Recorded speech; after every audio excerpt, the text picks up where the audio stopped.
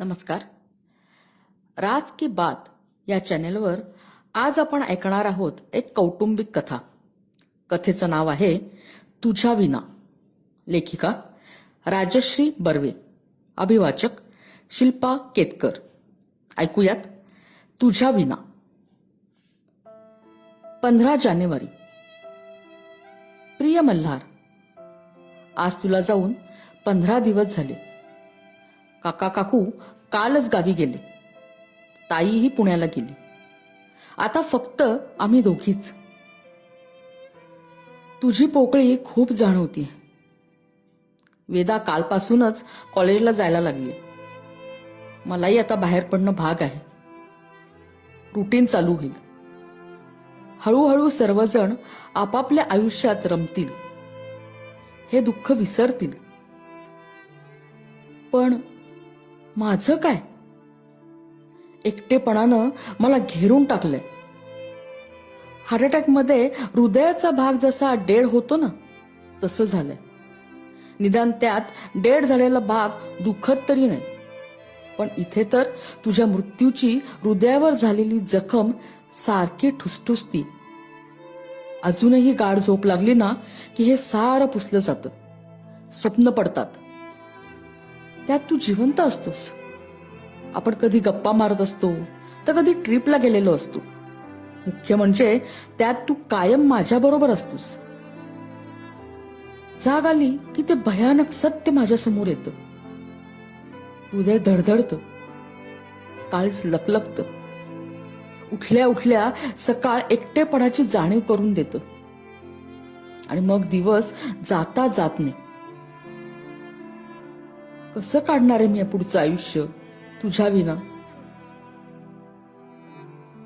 असं कसं झालं रे?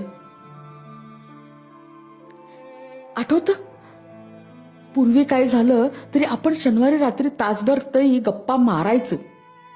कारण रविवारी तुलाही रजा आणि माझंही क्लिनिक बंद. इमर्जन्सी केस असेल तरच धावायचं, नाहीतर फक्त फोनवरून इन्स्ट्रक्शन्स. म्हणून आठवडाभर बिझी असलो तरी शनिवारी वेळ काढायचाच असं ठरवलं होतं आपण. अगदी टूरवर असलास तरी फोनवर गप्पा व्हायच्या आपल्या. आजही शनिवारच, आपल्या दोघांचा आवडता वार. पण आता तू नाहीस. पण म्हणून काय झालं? तुझ्या आठवणींवर तर माझा अधिकार आहे ना. म्हणूनच मी ठरवलंय तुझ्याशी असा संवाद साधायचा, डायरीतून. तुला वाचता आलं नाही तरीही माझे विचार तरंग, मनाची स्पंदनं लहरींच्या रूपात जाणवतील तुला बहुतेक. कालच तुझ्या ऑफिसातून रेगे आले होते भेटायला. तुझ्या ऑफिसातला ड्रॉवर रिकामा करून सगळ्या वस्तू देऊन गेले. त्यात मिळाली ही नवीन वर्षाची तुझ्या ऑफिसने दिलेली डायरी. तू लिहायचाच डायरी नाही माने. लग्नानंतर हळूच वाचलीही होती मी एकदा. अरे केवढा रागवला होतास ते तू माझ्यावर. परत कधी वाचणार नाही असं वचनही घेतलं होतंस माझ्याकडून. जेव्हा वाचली तेव्हा डायरीत फक्त मीच होते. किती वर्णन केलं होतंस त्यात तू माझं. अगदी हरकून गेले होते मी ते वाचताना. तोंडाने शब्दांचंही कौतुक न करणारा तू डायरीत मात्र अगदी मन मोकळा होत होतास. किंबहुना मोकळं होण्यासाठीच लिहित होतास. तू बोलायचा नाहीस तरी तुझे डोळे बोलायचे. खूप काही. त्या डोळ्यांची भाषा मी आत्मसात केली होती. शेवटी मी एक डॉक्टर होते. साऱ्या अवयवांना मुळापासून ओळखत होते. वेदाच्या वेळी काळजी घे असं तोंडाने म्हणाला नाहीस कधी. पण डॉक्टर शेखरकडे कायम फोनवरून चौकशी करायचास तू माझी. शेखर तुला म्हणायचाही, अरे माझी गुरु आहे रे ती, मी तिला काय तपासणार? तिला तपासून मी तिला काही सांगितलं तर तीच मला सांगेल पेशंटला असं सांगायचं नाही, तसं सांगायचं नाही म्हणून. आणि मग दोघं जण माझी टिंगल करून हसत बसायचा. आता लिहिलेले शब्द डोळ्यातील पाण्यांमुळे ओले व्हायला लागलेत. वेदाई झोपायला आत गेली. झोपते ती हल्ली माझ्या बेडरूममध्ये. पूर्वी कधी तयार नाही व्हायची, तू गेल्यावर मात्र एका दिवसात मोठी झाली रे ती. हा धक्का पचवणं खरं तर ह्या वयात कठीण आहे. मध्येच दचकून उठते आणि मग माझा हात घट्ट धरून ठेवते. आताही मला अशी रडताना पाहिल न डोळ्याला धार लागेल तिच्या. आता कुठे थोडी सावरू पाहती. आता फक्त तिचाच विचार करायचा असं ठरवलंय मी. काही महिन्यात डॉक्टर होईल, मोठ्या जबाबदारीतून मोकळी होईन बघ मी. चल थांबवते आता, आलीये ती आत. 5 मार्च. 1.5 महिना झालाय तुला जाऊन. कामात गाडून घेतलंय स्वतःला. सकाळी शेखरच्या हॉस्पिटलमध्ये व्हिजिटिंग डॉक्टर म्हणून जॉईन झाली. दुपारी 3 दिवस लेक्चर द्यायला मेडिकल कॉलेजमध्ये आणि उरलेले 3 दिवस महिला सुधारगृहात जाते समाजसेवा म्हणून. पूर्वी इच्छा असूनही बंधन घातलं होतं स्वतःला. वेदासाठी, तुझ्यासाठी. माझ्या वेळेवर तुम्हा दोघांचा पहिला अधिकार होता म्हणून. तिचे लाड तर मी करायचेच, पण तुझेही करायचे. डॉक्टर असूनही तुझ्या हातात प्रत्येक वस्तू द्यायचे. त्याचं कोण कौतुक होतं तुझ्या बाबांना. आईंनाही नेहमी म्हणायचे, बघ तुझ्याहून जास्त शिकलीये पण नवऱ्याच्या आज्ञेत आहे. आईंनाही माझं कौतुक होतं. पण माझं असं सत्व विसरून तुझ्याबरोबर वाहत जाणं बहुधा पटायचं नाही त्यांना. त्यांच्या चेहऱ्यावर नाराजी स्पष्ट दिसायची. त्यांना खूप काय बोलायचं असावं असं वाटायचं मला नेहमी. पण तुझ्या वडिलांनी त्यांचा आवाज दाबून टाकला होता इतकी वर्ष. 2-1 वर्षातून एखादी तरी फेरी व्हायचीच त्यांची इथे. पुढे पुढे जवळीक वाढली तेव्हा कधीतरी म्हणून जायच्या, नवऱ्यावर प्रेम करावं, जमेल तेवढी तडजोडही करावी, पण पायाची दासी होऊ नये त्याच्या. आमचे एक सोडा, पण शिकल्या सवरल्या मुली सुद्धा नवऱ्यावर आंधळ प्रेम करतात ना, ते बघून मात्र वाईट वाटतं. ज्याच्यावर आपण एवढं आपलं सर्वस्व वाहतो त्याची तेवढी लायकी असायला हवी ना. त्यांच्या अशा प्रकारच्या बोलण्याचा अर्थ मला समजत नसे. जास्त काही विचारावं तर तुझे बाबा समोर हजर. आता मात्र त्यांच्या बोलण्याचे संदर्भ जाणवतायत, अगदी तंतोतंत जुळतायत. अलीकडे वर्षभरापूर्वी जेव्हा आई मुंबईला आल्या होत्या तेव्हा त्यांना आपल्यातल्या बदललेल्या नात्याची जाणीव झाली होती बहुधा. मला स्वतःला ते जाणवलं नाही, ते त्यांना जाणवलं. गावी निघताना शेवटी बाजूला घेऊन म्हणाल्या, श्रुती जप स्वतःला, स्वतःच्या संसाराला. जमलं तर आत्ताच वाघ बन, शेळी बनून राहू नकोस. आपल्या घरातल्या पुरुषांचा असा बोलबाला आहे म्हणून सांगते. आमचे आयुष्य आता उताराला लागली, पण तुला अजून खूप वर्ष काढायचीत. नंतर तुझ्यासारख्या हळव्या मुलीला कठीण जाईल हो सारं. तुझं रात्री उशिरा येणं, संसाराकडे लक्ष न देणं, तुझ्यातला माझ्यातला संवाद कमी होणं, हे सारं त्यांच्या ध्यानात आलं होतं. नक्कीच तुझी आई मूळचीच हुशार होती की अनुभवानं शाणी झाली होती कुणास ठाऊक. पण तिनं जे ओळखलं ते ओळखायला मला पुढे अनेक महिने लागले होते. मी संसारात गुंग राहिले, मुलीत जास्त गुंतले. वेदाची 10वी 12वी, तिचे क्लासेस, तिचं करिअर, मेडिकलची ऍडमिशन, या सर्वात मी व्यस्त होते. तुझ्या कामाच्या वाढत्या जबाबदाऱ्या, माझा मोनोपॉज, वेदाचं करिअर, जमेल त्या प्रमाणात माझं करिअर, या साऱ्यात तुझं माझ्यापासून दूर जाणं जाणवलंच नाही रे मला. तुझ्या माझ्यात भांडण नव्हतं तरीही दुरावा वाढत होता, सुसंवाद कमी झाला होता. परंतु वेळेच्या अभावी असावं किंवा वाढत्या वयामुळे किंवा वाढत्या जबाबदाऱ्यांमुळे असावं, शिवाय ते नैसर्गिकही असावं अशी समजूत करून घेतली होती मी. तेव्हाच मी सावरायला हवं होतं का रे? का समजलं नाही मला तेव्हा मला तुझं बदललेलं वागणं? कशी जाणवली नाही मला तुझ्या मनातील उलथापालथ? अगदी बेफिकीर राहिले तेव्हा. पूर्वीप्रमाणे तुझी डायरी जरी वाचली असती तरी सावरू शकले असते आपला संसार. तेव्हा झालेली चूक मी नंतर निस्तरली म्हणा. 14 मे. दिवस मोजते अगदी.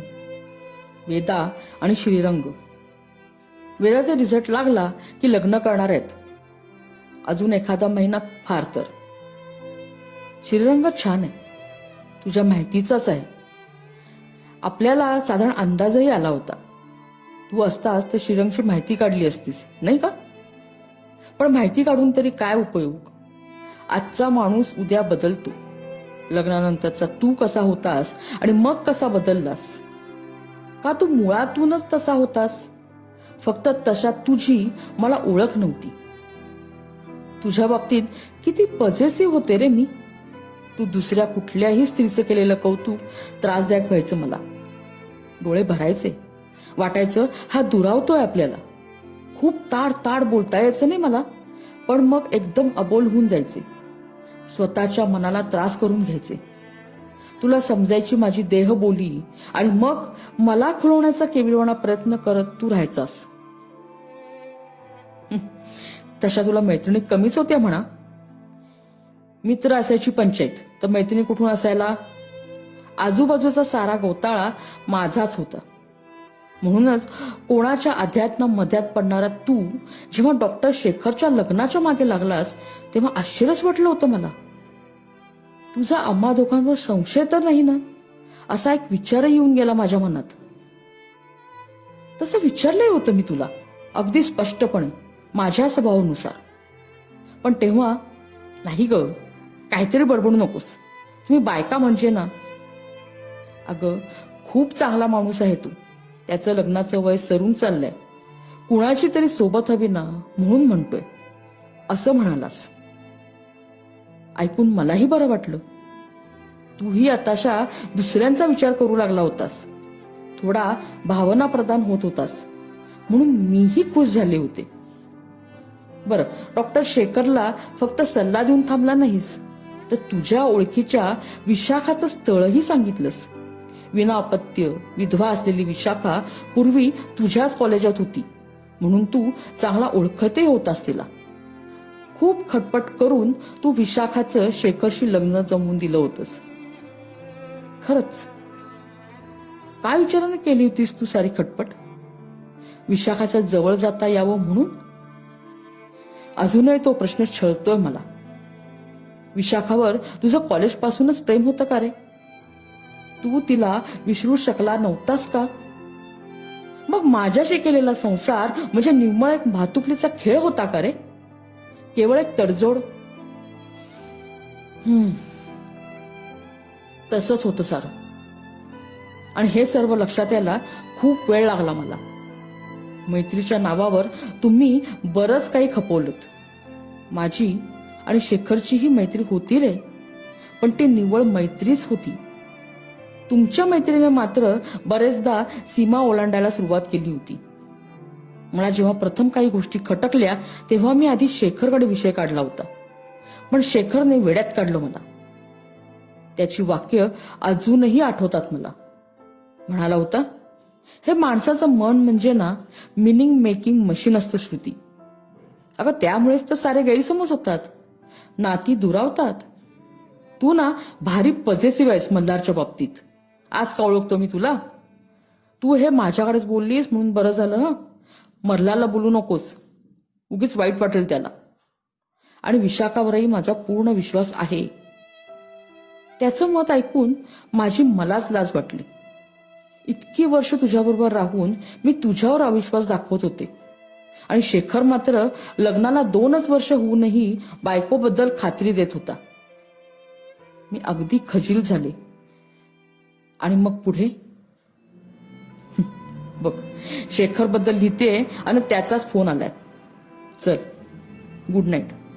भेटू परत असेच डायरीतून. 18 जून. चला, वेदाचं लग्न पार पडलं. याच दिवसाची वाट पाहत होते. आता अजून एक महत्वाची गोष्ट करायची आहे. इन्व्हेस्टमेंटचा पसारा आवरायचा आहे. मुख्य म्हणजे विल करून ठेवायचे, म्हणजे मागून कोणालाच त्रास नको. सारी कागदपत्र काढून बसली. त्यात तुझ्या डायऱ्याही आहेत. त्यातल्या एका डायरीनंच तर सारी गुपितं उघडून दाखवली होती.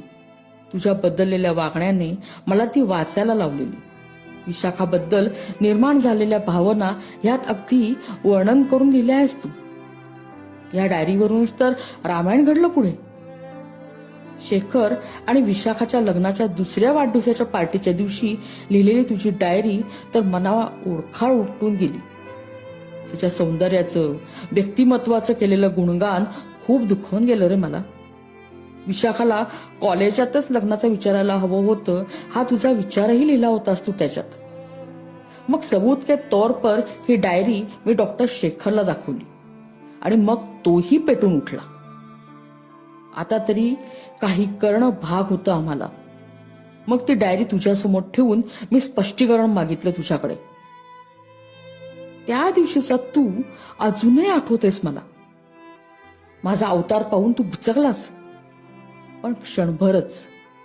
नंतर शांतपणे तू डोळे मिटलेस, एक अवंठा गिळलास, एक दीर्घ श्वास घेतलास आणि मग एकच वाक्य म्हणालास, श्रुती मला माफ कर, पण विशाखाला मी कधीच सोडू शकत नाही. तुझ्या आवाजातला खंबीरपणा माझं काळीज चिरत गेला.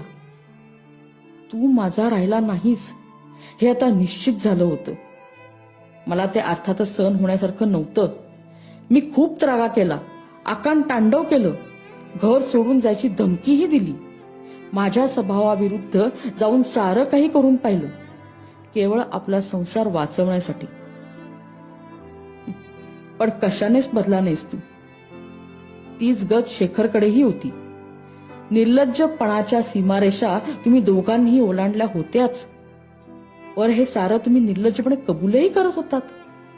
घटस्फोटासाठी तर तुम्ही एका पायावर तयार होतात. किंबहुना तुम्हा दोघांना तेच हवं होतं.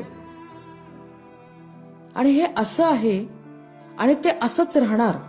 हवं तर स्वीकारा, नाहीतर नाकारा आणि आम्हाला मोकळं करा, असा तुम्ही दोघांनीही स्टँड घेतला होता.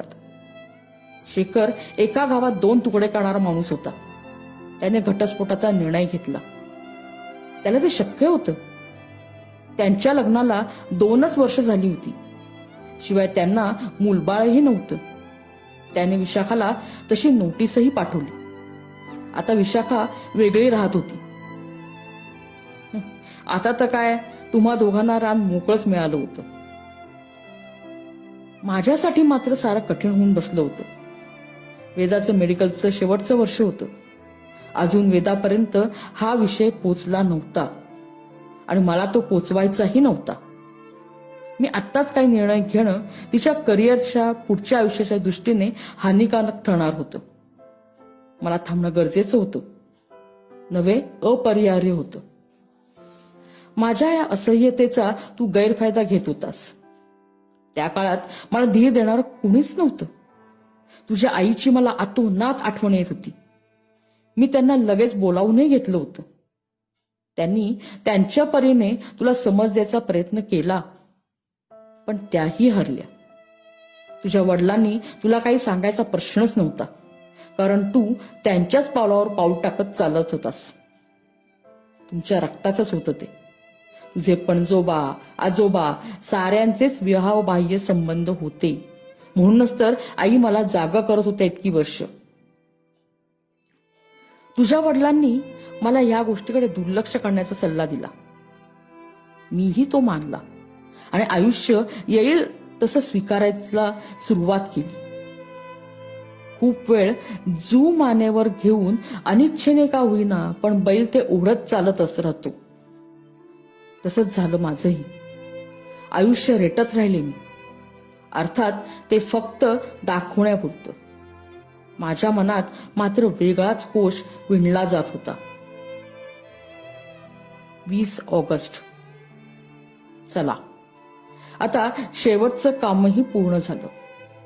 आपल्या गावच्या वाड्यात निराधार महिलांसाठी एकटी हा आश्रम सुरू झालाय. तुझे आईबाबा गेल्यापासून नाहीतरी तो वाडा रिकामाच होता. व्यवस्थापनाचं काम माझी आई पाहणार आहे. या सर्व कामात तरबेज आहे ती. डॉक्टर शेखर आणि वेदाला ट्रस्टी म्हणून नेमलंय. वेदा मला ट्रस्टी राहायला सांगत होती, पण तिला कसं सांगू की माझे दिवसही आता संपत आलेत. अरे हो की, माझी आई हे ऐकून तुला शॉक बसला असेल ना. सांगते, सगळं सांगते. तुझ्या बाबतीत जे आणि जसं झालं ना तसंच माझ्या बाबतीतही घडणार आहे. गेले 15 दिवस गोळ्यांचा डोस वाढवलाय मी. कुठल्या गोळ्या? नाही कळलं तुला? तेही सांगते. सांगणारच आहे मी तुला. आज ते गुपित. तू म्हणशील आजच का? इतके दिवस का नाही सांगितलं? तर ते सरळ आहे. आता ते सांगण्याची वेळ आली आहे. आता जर ते सांगितलं नाही तर ते तुला कधीच कळणार नाही. परवाच महिला सुधारगृहात गेले तेव्हा आईलाही शेवटचं भेटून घेतलं. इतकी वर्ष माझ्या मनात तिच्याबद्दल राग होता, तरीही आई म्हणून भेटायला जात होते. खरं तर तिने केलेल्या कृत्याचा कधीतरी खोलवर विचार करायला हवा होता मी. नवऱ्याचा खून करणारी बाई म्हणून जगानं अवहेरलं होतं, पण तिच्या मानसिकतेचा कोणी कधीच विचार केला नव्हता. आईच्या वडिलांनी म्हणजेच माझ्या आजोबांनी जी थेर केली होती ना, त्यामुळे माझ्या आजीने विहिरीत जीव दिला होता. स्वतःच्या आईची आत्महत्या इवल्याशा वयात प्रत्यक्ष पाहिल्याने आईला मोठा धक्का बसला होता. तिच्या मनात या अनैतिक संबंधांची घृणा निर्माण झाली होती. त्यामुळे माझ्या वडिलांनी जेव्हा बाहेर गुण उधळले तेव्हा आईने रागाच्या भरात त्यांचा खून केला होता. पुढे आपल्या अविचारी कृत्याचा तिला पश्चाताप झाला, पण म्हणून जन्मठेप काही तिला टाळता आली नाही. पुढे शिक्षा भोगताना तिच्या चांगल्या वागणुकीमुळे तिची लवकर सुटका झाली. पुढचं सारे आयुष्य तिने महिला सुधारगृहात समाजसेवा करण्यात घालवलं. इतकी वर्ष मी तुम्हाला कुणालाच माझ्या जन्मदात्या आईबद्दल बोलले नव्हते, ते तिने घातलेल्या शब्देमुळेच. आज मात्र मला तुझ्या आईची खूप आठवण येते. त्यांचे ते शब्द परत परत आठवत आहेत. सांभाळ पोरी, आपल्या घराण्यातल्या पुरुषांचा ह्या बाबतीत अगदी बोलबाला आहे. आज त्या असत्या तर त्यांना सांगितलं असतं, आई, जसा तुमच्या घरातल्या पुरुषांचा बोलबाला आहे ना, तसाच आमच्याही घराण्यातल्या स्त्रियांचाही बोलबाला आहे की त्या अन्याय कधीच सहन करणार नाहीत. एकतर त्या स्वतःला मिटवतील किंवा अन्याय करणाऱ्याला. माझ्या आजीने स्वतःला मिटवलं आणि माझ्या आईने नवऱ्याला. पण आजीप्रमाणे मला फक्त स्वतःला शिक्षा करणं आवडलं नसतं. माझी काहीच चूक नसताना मी का जीवन संपवायचं? शिवाय माझ्या जाण्याने तुझा आणि विशाखाचा मार्ग मोकळा झाला असता.